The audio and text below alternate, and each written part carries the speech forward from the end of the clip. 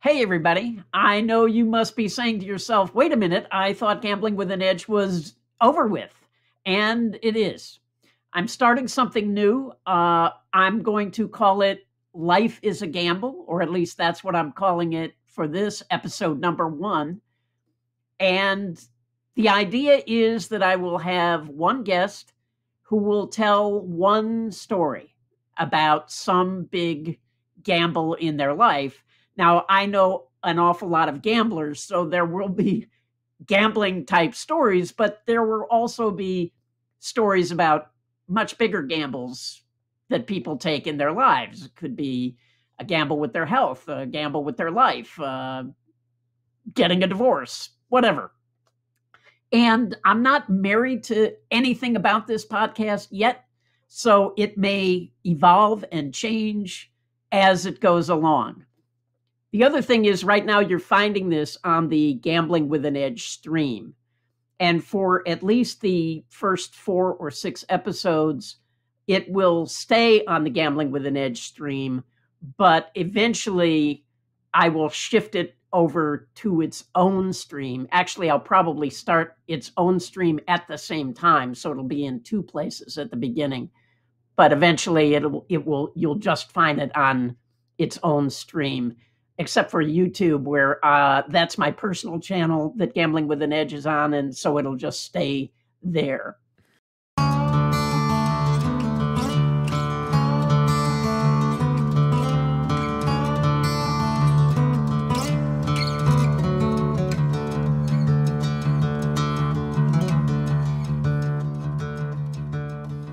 I thought for my first guest, there would be no better person than my longtime, very close friend, Darryl Purvis.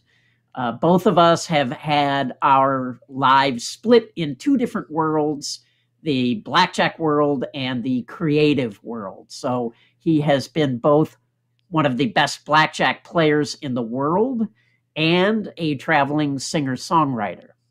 And so this will be a story about his taking a very big risk to hit the road as a singer-songwriter. Welcome, Darryl, to Life is a Gamble. Hi, Munchkin. It's great to be with you on your first episode. Yeah, thanks. So, great. Tell me a story.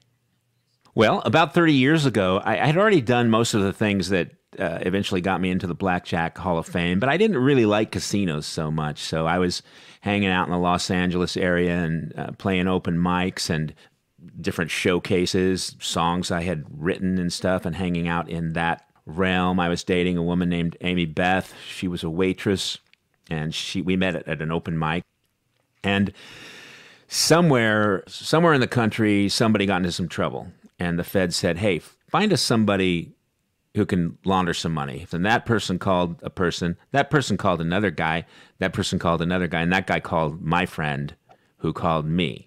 And being a blackjack player and not really at that point in my life having any serious boundaries and really understanding of, what was legal and what was illegal. We were doing things that almost felt illegal, going into these big casinos and being this David versus Goliath thing, right?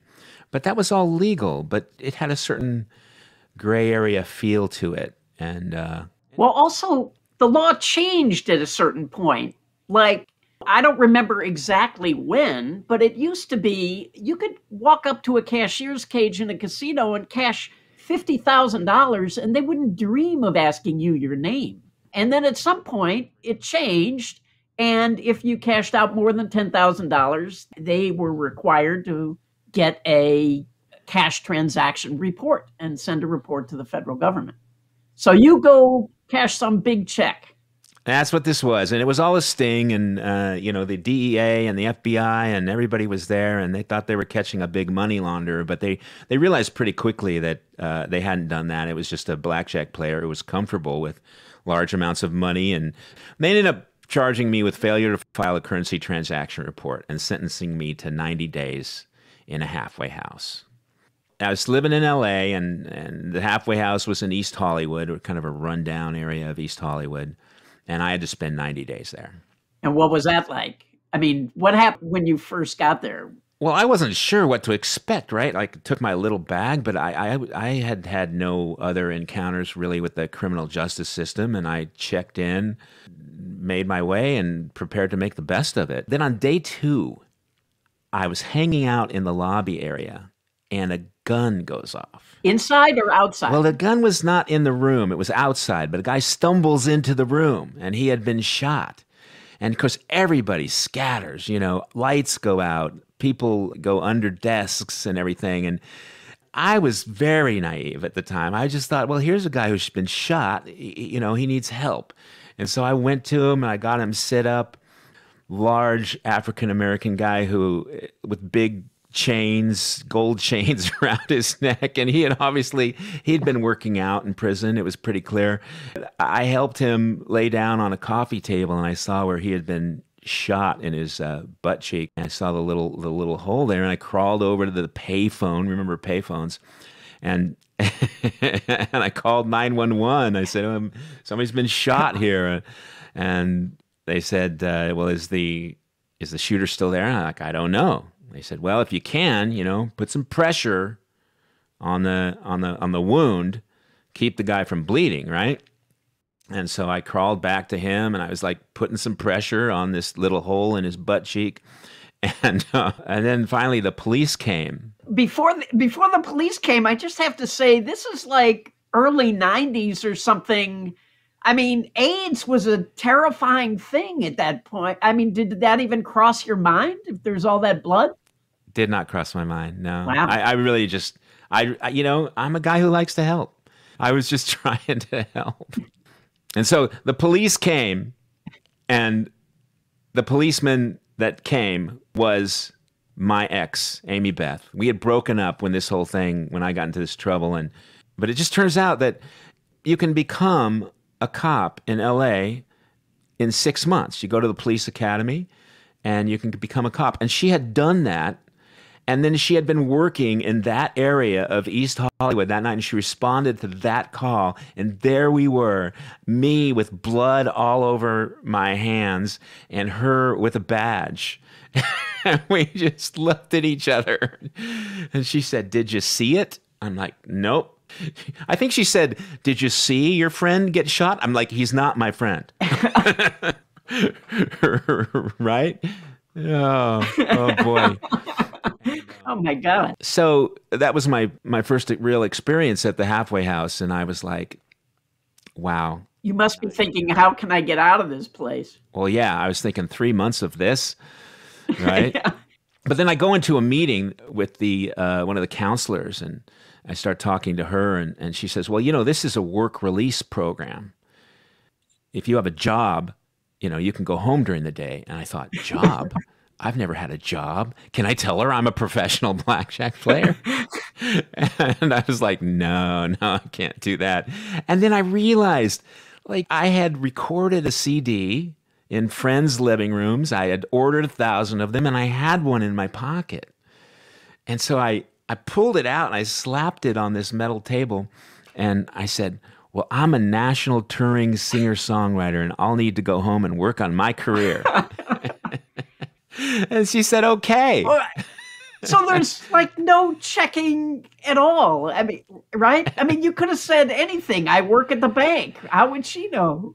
I don't know. And I actually think, like maybe a lot of things in this world, she was just going with her gut instinct. I think she realized that I was not, a habitual criminal, in the same way that the feds thought they were getting a big money launderer, and when they met me, they realized, no, I was just a blackjack player. So she just had a sense of me, I think, and she wanted me to go home during the day, and believe me, I wanted to go home during the day. At this point, I had considered what to do with my music, and I remember even a conversation with my sister where I said, there's people that write songs, then they travel around the country and they sing them for other people, and they get played on the radio and they make a living. And she's like, no. No, that's impossible. And I kind of thought it was impossible. But this wouldn't have been the first time that I'd done something impossible. When I came to Las Vegas as a teenager, and it's decided I was going to be a professional blackjack player. You know, it was a lot. It was a lot of the same feeling, right? Where, you know, you just don't know what you can't do, and I think that defines how I have navigated this lifetime. You know, I just did not understand that that's impossible. You can't do that. And so I went home and I did not watch TV, but I got on my computer and I got on the internet and I found a guy who was posting, and in his signature it said record label. And I messaged him. I said, "You're a record label? I have a record." And I also saw a woman who was posting that she was a booking agent. And I said, "You're a booking agent? I want to tour." I had no idea what touring was nationally. I mean, I was playing open mic and that kind of thing in West LA. But I sent them my stuff and they signed me up. And before I had left the halfway house, I was doing national tours while incarcerated. You know, it's like they need to know like where you're sleeping every night. Like you have to stay in touch, you know, because you're really incarcerated. I don't think I mentioned it at the time, although later, a few years later, I thought it was kind of funny, and I did tell those stories. But at the time, I just showed up at the gigs, played the gigs. And so you could be gone for a week or 10 days on the East Coast playing gigs, and that was all fine. That's right. That's right. Wow. And so when I got out of the halfway house, I just went all in. I put all my stuff in storage. I slept in my truck. I drove 500 miles, played for tips, and made my way and ended up making a living for the next 10 years. And then why did you stop? Well, you called me. No. I like to say I'm retired. My friends say, yeah, until you get the right phone call. And you got the right phone call. That's right. And it was you. It's so funny. And it was you, and you were doing interviews for something you were working on. And so we talked about blackjack and my life in blackjack. And then before we hung up, and you said, you know, people are playing on the internet. You know, you can actually make some money playing on the internet. And I was like, really? And of course, I hadn't played blackjack for like 10 years at that point. I hadn't gambled for about 10 years. I remember I didn't have any internet at the place I was staying in Colorado Springs. So I went down to the Starbucks and I bought my first PC and I opened it up and I ordered a soy latte. I mean, I was totally the starving artist. You know, I remember ordering one latte and I got real frugal all of a sudden. You know, I don't know what it was. Well, you didn't have any money, right? You had to be.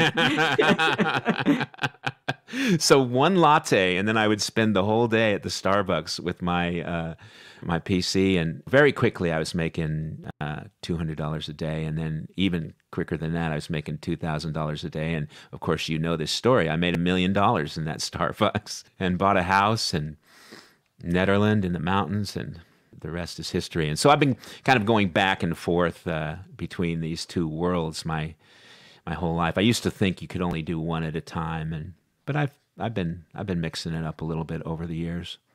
Now I'm pretty much a folk singer. Pretty much a folk singer now. I like to say that the arts is a habit that we have to afford.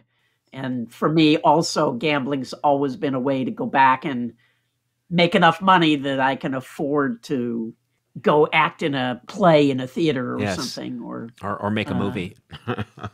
So, well, I haven't made any movies in a long time. But yeah, that type of stuff. And you know, I was going to say that one thing I'm really proud of, because I'd made some money, but I hadn't saved it. I had spent it. And so when I started folk singing back in the 90s, I did not have a stash. I had nothing, and you know, nothing to lose. And I just drove around in my truck, and sometimes I needed to sell CDs to put gas in the car, and I ended up paying my bills with folk singing for 10 years. I'm proud of that. That's about as big a gamble as you can make. It's kind of crazy. You can't do that, really. Yeah. So did you get any songs out of that experience? Oh, gosh. I have a song called Halfway Home, based on true events. Well, cool. What we'll do is we'll put that song at the end of this episode so people can hear it. Where can people find you if they want to listen to some of your music? You know, I'm on all the formats that are destroying the world. So you can find me on Facebook and Instagram. Music is on Bandcamp and Spotify, really wherever you find music. And what about if people want to come see you live?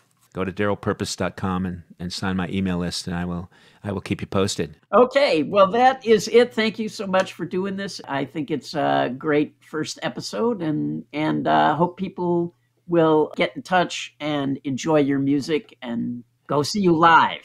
Thank you, Munchkin. Huge congratulations on your first episode. It's going to be great, and I will be listening.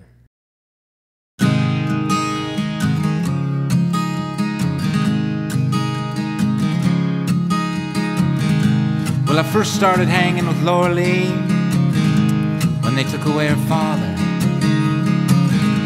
We'd steal on down to the Five and Dime, where she was no man's daughter.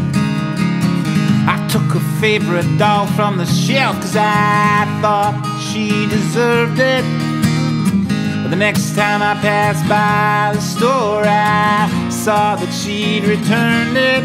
How I'd look outside my window, stare across the street.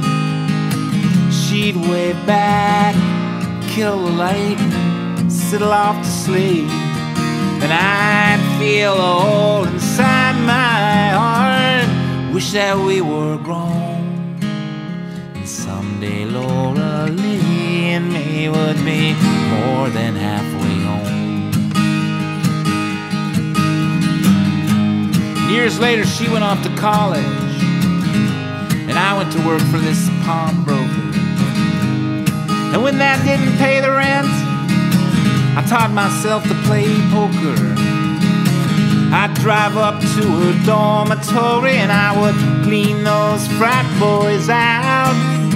I'd show her all the money I had won, but I could see she had her doubts. How she'd look outside her window, stare across the street. I'd wave back, she'd kill the light, settle off to sleep. And I'd feel a hole inside my heart, wish that we weren't grown. And oftentimes I'd cry till I was more than halfway home.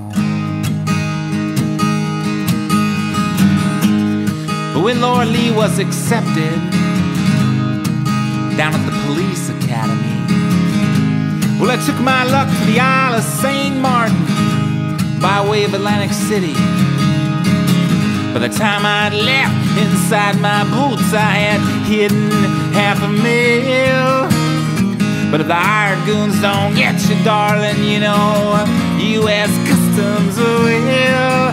Oh, I'd wish I had a window so I could stare across the street, and wish the guards would kill the light so I could get some sleep.